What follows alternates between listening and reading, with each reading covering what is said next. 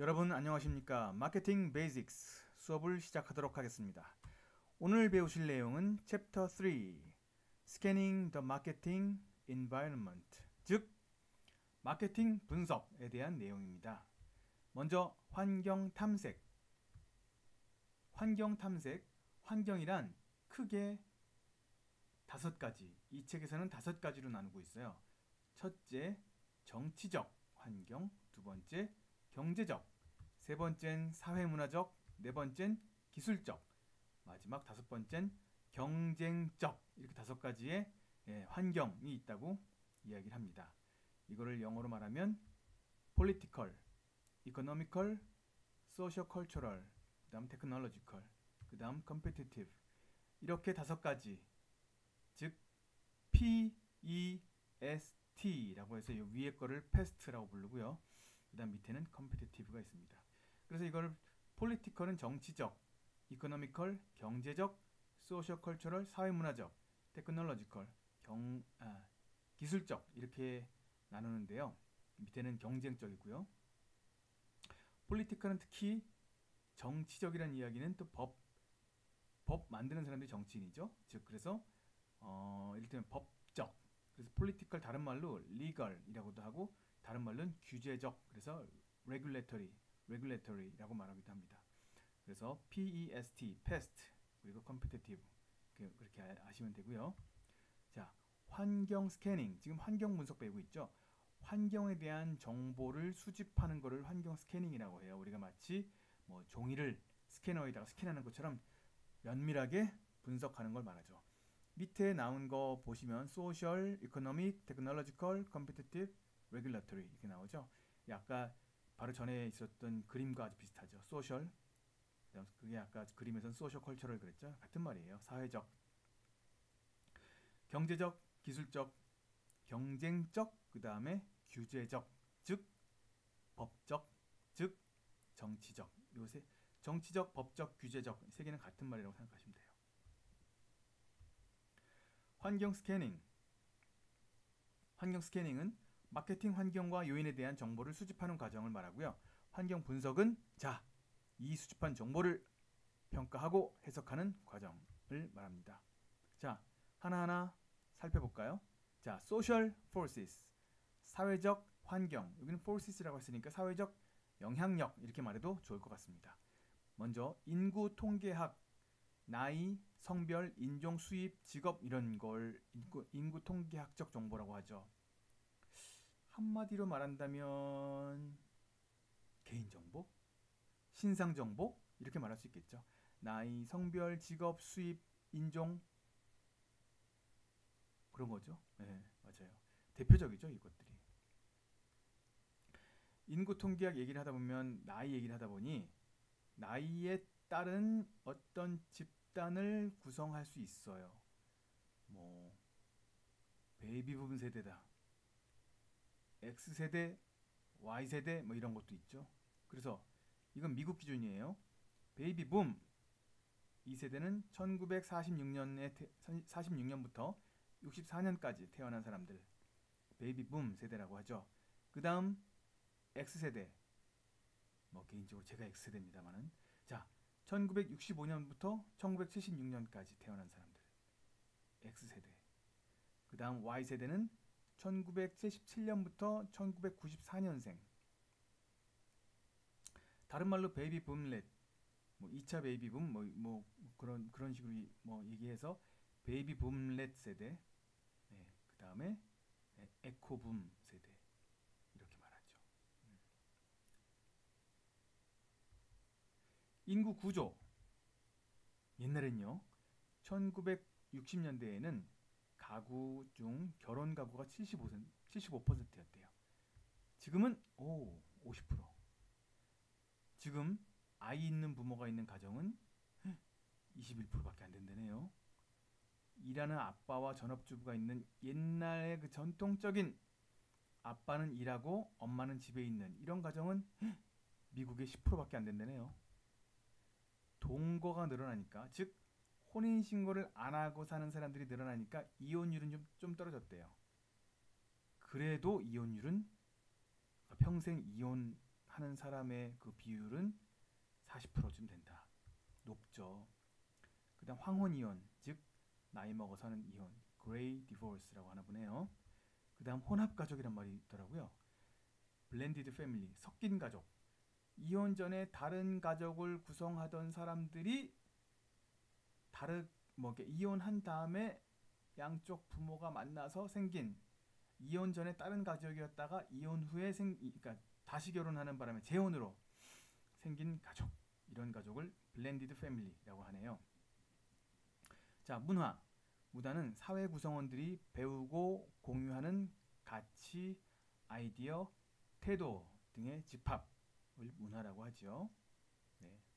문화를 구성하는 것 중에 그러니까 결국은 이렇게 가족에서도 배우는 것도 문화고요. 문화에 영향을 미치는 가장 중요한 게 종교다, 이런 말도 필립 코틀러의 저서에서 제가 본 기억이 납니다. 경제적 환경, 방금 이야기한 거는 소셜, 사회적 환경, 이번엔 경제적 환경을 보겠습니다. 경제적 환경은 뭐니 해도 호황이냐 불황이냐, 이게 결정적이겠죠. 이 기업을 하는 입장에서 볼 때, 즉 우리가 지금 마케팅을 한다고 생각하고 하는 거잖아요. 그래서 마케팅을 한다고 할 때 환경 분석에서 경제적 환경을 본다는 것은 결국은 지금 경제가 좋냐 나쁘냐, 이게 가장 중요하지 않겠어요? 그죠? 즉 호황이냐 불황이냐가 중요할 테고요. 이걸 이제 따질 수 있는 법들은 몇 가지가 있겠지만 GDP, 국가의 총소득, 그렇죠? 국가 총생산이죠. 그로스, D가 G가 그로스고요. D가 도메스틱, 맞죠? 도메스틱, P는 프로덕션, 생산, 국가 총생산, 이쯤 되겠죠. 그죠? 두 번째는 실업률. 그죠? 실업률이 높으면 이건 굉장히 안 좋은 경제 상황인 거죠. 그 다음 물가 변동. 여기서 말하는 물가 변동이란 건 인플레이션, 디플레이션 이런 거 말하겠죠. 네. 자, 이번엔 경제 얘기 계속 하고 있는데요. 소비자 소득. 세 가지로 크게 나눕니다. 먼저 총소득, 그로스 인컴, 한 사람, 한 가정, 한 가족이 1년간 버는 돈의 총금액. 이거는 세금을 떼기 전의 총소득을 말해요. 자, 그 다음 가처분 소득, disposable income, 세금을 낸 후의 소득을 말해요. 이 소득을 가지고는 이 소득으로는 주로 이제 생활 필수품, 의식주 관련된 교통비, 기본적 교육비 이런데 쓰게 되겠죠. 자, 그 다음 소득은 discretionary income. 이건 뭐죠? 재량 소득, 이렇게 말하네요. 세금과 필수품에 지출하고 남은 필수품 다 쓰고 학비 내고 밥값, 쌀값 내고 기본적인 관리비 이런 거 담보대출 비용 다 내고 남은 돈, 사실은 이 돈이 레저 활동이나 그런 활동에 쓰는 돈이 재량 소득이 되겠죠. 그래서 크게 소득을 세 개로 나눠 보았습니다. 자, 이번엔 테크놀로지컬, 기술적 환경. 미래 기술에 대해 알아볼까요? 클라우드 컴퓨팅, 무슨 엔드라이브 그런 거 있죠. 아이클라우드 이런 것들 있고요. 무선 전력 공급, 나노 기술, 바이오 기술, 이런 게 이제 최근에 급격한 기술 변화로서 나오는 것들이고, 우리가 지금 기술에 대해서 배우고 있죠. 기술적인 거, 우리가 마케팅을 함에 있어서 기술적인 부분을 한번 체크해 봐야겠다는 그런 차원 아니에요, 지금? 그렇죠. 특히 요즘에는 뭐니 해도 모바일 기술이 떠오르는 거, 이게 가장 큰 변화라고 할 수 있을 것 같아요. 고객 가치에 미치는 기술의 영향, 전체 비용 중에 기술 자체 비용은 감소하고 있다. 기술 외에 품질, 서비스, 고객관계 이런 데 쓰이는 돈이 상당히 크다, 그런 얘기죠. 자, 최근에 많은 관심을 이끈 기술 한번 볼까요? 닌텐도 위, 그렇죠. 동작 인식하고 무슨 어떤 그런 다양한 그런 기술이 있겠죠. 아이폰, 뭐니 해도 스마트폰이죠, 요즘엔. 자, 그다음 아마존 킨들 이런 것들일 테고요. 자, e-비즈니스 전자상거래, e-커머스 또는 일렉트로닉 커머스라고 하죠. 이런 환경을 뭐라고 불렀냐면요. 마켓 스페이스라고 불러요. 우리가 처음에 기억나세요? 마켓을 정의할 때 시장이라고 했는데 이때 말한 시장은 사람이다 아니면 장소다? 사람이죠. 그러니까 장소로서의 시장은 따로 마켓플레이스 이렇게 불렀어요. 마켓플레이스라고. 근데 마켓플레이스는 저기 온라인과 오프라인을 이렇게 통칭한 그런 개념이라고 한다면 그 중에서도 마켓 스페이스라고 부른다면 그 중에서도 즉 마켓플레이스 안에서도 온라인 시장을 말하는 겁니다. 인트라넷, 엑스트라넷 이런 말도 있죠. 인트라넷은 회사 내부망, 그 다음 엑스트라넷은 회사 외부 업체와까지 연결한 망, 뭐 인트라, 엑스트라 이렇게 인트라넷, 엑스트라넷 이렇게 말할 수 있겠죠. 자, 이번엔 경쟁적 환경입니다. 경쟁의 형태들이 있죠. 완전 경쟁, 뭐 순수 경쟁 이런 말도 있고요. 완전 경쟁과 순수 경쟁 같은 말이죠. 독점적 경쟁, 과점, 독점 이렇게 되죠. 네 가지. 완전 경쟁은 사실상 존재하지 않는 그런 경쟁이라고 해요. 예, 이상적인 상황이죠. 많은 판매자들이 유사한 제품을 판매하는 시장을 말하고요. 이런 시장에서 판매하는 제품들을요, 뭐라고 그러냐면 커모디티라고 해요. 커모디티. 차별적 특성이 별로 없는 그런 제품들. 쌀, 원유, 밀 이런 것들이죠. 예. 하나하나 본다면요. 독점적 경쟁. 바로 전에 말한 게 저기였죠. 완전 경쟁이었고요. 두 번째는 독점적 경쟁이에요. 독점하고는 다른 거니까 헷갈리지 마시고요. 독점적 경쟁은 아까 말한 완전 경쟁, 즉 순수 경쟁과 비슷한데 순수 경쟁은 제품의 차별화가 되지 않는다고 가정했지만 지금 말하는 독점적 경쟁은 제품이 다른 경쟁 제품과 충분히 차별화될 수 있다. 그래서 제품 차별화로 경쟁을 할 수 있다는 거죠. 제품이 서로 다르다는 점, 그죠? 그게 아까 말한 순수 경쟁, 즉 완전 경쟁과 다른 점이고요. 차별화된 제품을 공급함으로써 어느 정도 시장을 지배할 수 있다고 할 수 있어요. 라면 같으면 맛으로 승부할 수 있을 테고요. 과일 시장 같으면 뭔가 새로 색다른 과일, 귤, 오렌지, 뭐 이런 식으로 귤이 있을 때 오렌지를 승부할 수 있을 테고요.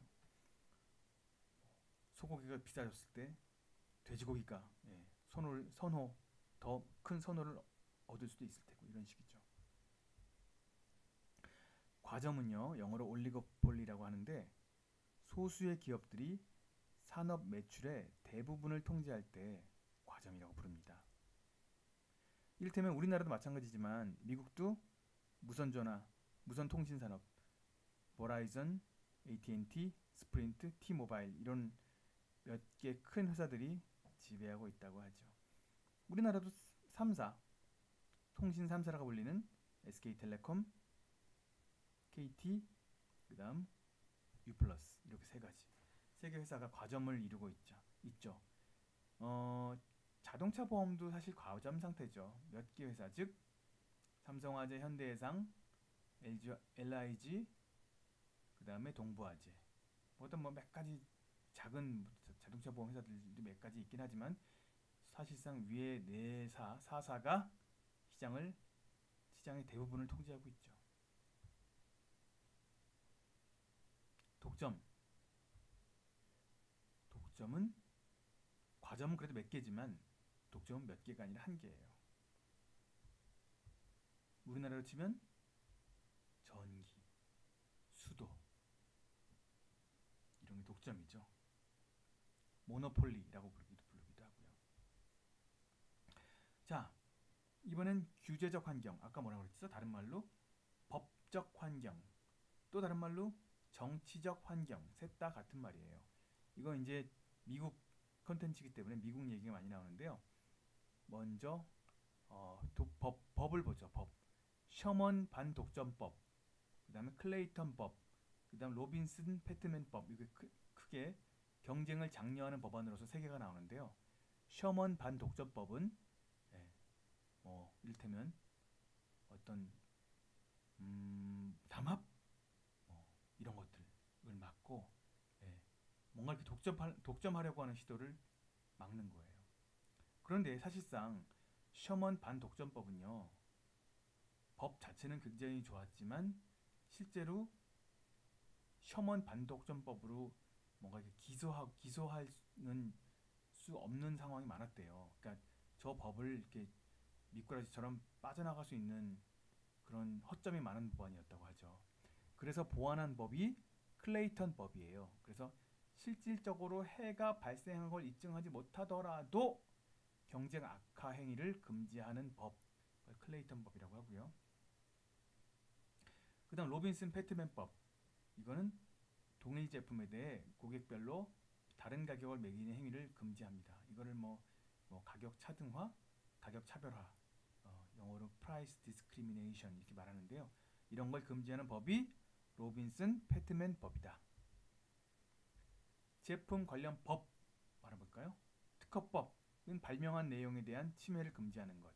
그 다음 연방 저작권법, 저술 작품, 드라마, 음악, 예술 작품 이런 것에 대해서 타인이 마음대로 쓸 수 없게 만드는 게 연방 저작권법입니다. 소비자 중심의 다양한 이제 법들이 있는데 자세한 법은 미국에서 나오는 자세한 법들에 대해서는 이번 시간에 자세히 다루진 않겠습니다. 다만 한 가지 확인해야 할 것은 이러한 여러 가지 법들이 소비자 중심주의에서 비롯된다는 것은 알아야 될 것 같고요. 소비자 중심주의라는 것은 기관, 즉 공공기관을 상대할 때 소비자가 우선이다, 소비자가 위다, 즉 소비자의 영향, 힘, 권리를 향상입니다. 향상시키기 위해 시작한 운동입니다. 자, 가격 담합과 가격 할인에 초점을 두어 규제하는 법은 가격 관련법이겠죠. 가격 담합 아시죠?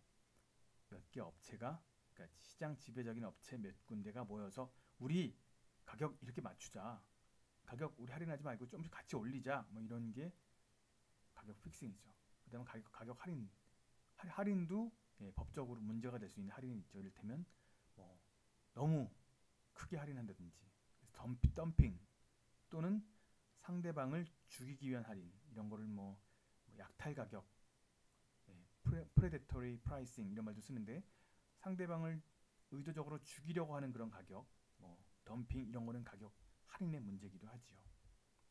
자, 유통 관련 입법도 몇 가지가 있어요. 배타적 거래, 요구사항 계약, 지역 유통권, 그러니까 배타적 지역 유통권, 네 번째는 끼워 팔기. 네 가지가 있는데 하나하나 보시면요. 배타적 거래, exclusive dealing, 남의 거 팔지 마, 우리 것만 팔아, 이런 거죠. 중간상이 다른 회사 거 못 팔게. 이건 아까 말했듯이 클레이턴법에 위배됩니다. 심각하게 이제 경쟁을 감소시킨다고 판단되면 말이죠. 두 번째, 요구사항 계약. 이거는요, 어떤 제조업체가 판매업자한테 우리 제품 이만큼 꾸준히 구매해줘, 우리 제품 매월 이만큼씩 구매해줘, 이런 계약을 맺는 걸 말해요. 그래서 어떤 판매업자와 생산자가 일반적으로 거래를 맺겠죠.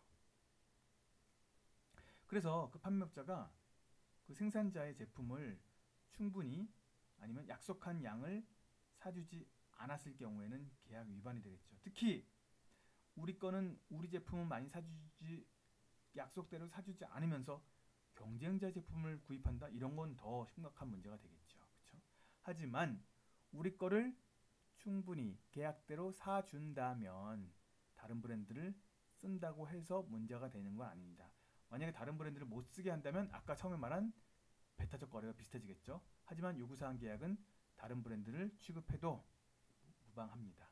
자, 세 번째, Exclusive Territorial Distributorship. 이거는 배타적 지역 유통권인데요. 이 상황에선 제조업자가 한 유통업체한테 너네가 우리 제품 이 지역에서 너네만 팔아, 이런 거죠. 판매업자 입장에선 나쁘지 않죠. 그렇죠? 자기한테만 물건을 주는 거니까. 그렇죠? 그래서 이 합의를 어기는 경우는 별로 없대요. 사실 이거 혜택에 가깝죠. 그렇죠? 마지막으로 끼워 팔기. 타잉. 타잉은 뭐 엮은다는 뜻이죠. 두 개를 묶는다 이런 거 할 때 타잉. 타잉 어그리먼트. 타잉 어레인지먼트란 말도 씁니다. 자, 이건요. 공급자가 채널 구성원한테 너희 이거 팔려면 이것도 우리가 같이 만드는 이것도 팔아줘 라고 요청하는 거예요. 그런 조건을 다는 거죠. 이를테면 뭐 사실 뭐 그럴 일이 없겠지만 우리나라에서 라면 어떤 유명한 라면 회사가 마트하고 거래할 때 마트 너희 내가 이 라면 줄 테니까 이번에 새로 나온 뭐뭐 라면도 같이 팔아줘 라고 하는 거죠. 근데 만약에 이 라면 회사가 만드는 그 원래 공급하던 A란 라면이 있다면 그 A란 라면이 너무너무 잘 팔리는 정말 중요한 정말 마트에서 없어서는 안 될 중요한 아이템이라면 A 라면을 만드는 회사에서 만드는 B 라면도 사실상 유통업체가 거부하기 좀 어려운 면이 있겠죠. 그래서 너네 A 파니까 B도 같이 팔아줘. 만약에 B 같이 안 팔아주면 A 안 넣는다. A 안 준다. 이렇게 말하면 아마 유통업체도 벌벌 떨 거예요. 이런 게 바로 타잉 어그리먼트죠. 그래서 뭐 이런 사례도 문제에 나와요. 어떤 유명한 페인트 회사가요. 어떤 그런 페인트 많이 파는 미국의 홈디포 같은 그런 샵에다 그런 일종의 뭐라고 불러야 될까요? 어떤 건축 자재 같은 거 파는 그런 큰 매장 있잖아요. 그런 데다가 너네 우리 페인트 팔려면 우리 회사에서 판매하는 붓도 같이 팔아줘. 페인트 살려면 붓도 같이 팔아줘. 이렇게 말하는 거. 이런 게 바로 끼어 팔기, 즉 타잉 어그리먼트가 되는 거죠. 광고 및 촉진 관련 입법, 연방거래위원회라는 단체가 있어요. 미국에 이런 공공기관이 있는데 아주 굉장히 그 마케터가 어떤 법적으로 뭔가를 규제를 하는 가장 큰 기관이라고 합니다. 그래서 마케터들 아니면 기업들은 FTC를 규정 같은 거를 잘 알아두고 그걸 준수하기 위해서 노력을 한다고 하죠. 광고 같은 게 지금 현재 광고 및 촉진 관련 입법 얘기하고 있는데요. Cease and Desist Orders. 이건 정지 명령이죠.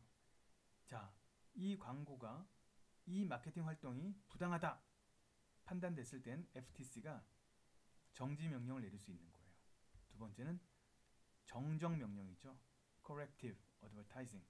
잘못된 광고가 나와서 피해를 봤다면 그 광고를 낸 사람이 뭔가 정정 광고를 내도록 그렇게 하는 것을 정정 명령. 잘못된 광고를 정정하는 그런 광고를 내도록 하는 명령이죠.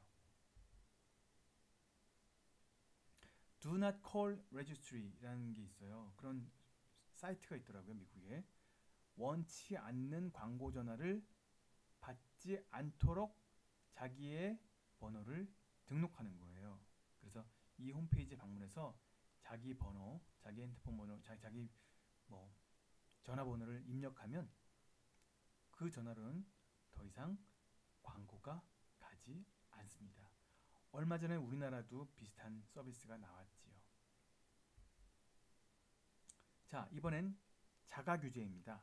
자가규제는 미국의 BBB라는 단체가 있어요. Better Business Bureau라는 데가 있는데 얘네는 공정한 비즈니스를 추구하는 기업들의 자발적 연합체라고 불려요.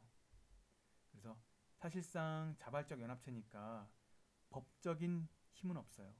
법적인 권한은 없지만 도덕적 설득, 그 회원사, BBB 회원사에게 도덕적 설득을 하는 거죠. 우리 내부 규정이 이런데 이런 행동을 했어야 되겠어 하면서 그걸 좀 바로잡도록 기준을 따르도록 하는 그런 좋은 단체죠. BBB 이런 단체가 있습니다. 네, 여기까지 마케팅 어떤 환경 분석에 대해서 알아봤습니다. 감사합니다.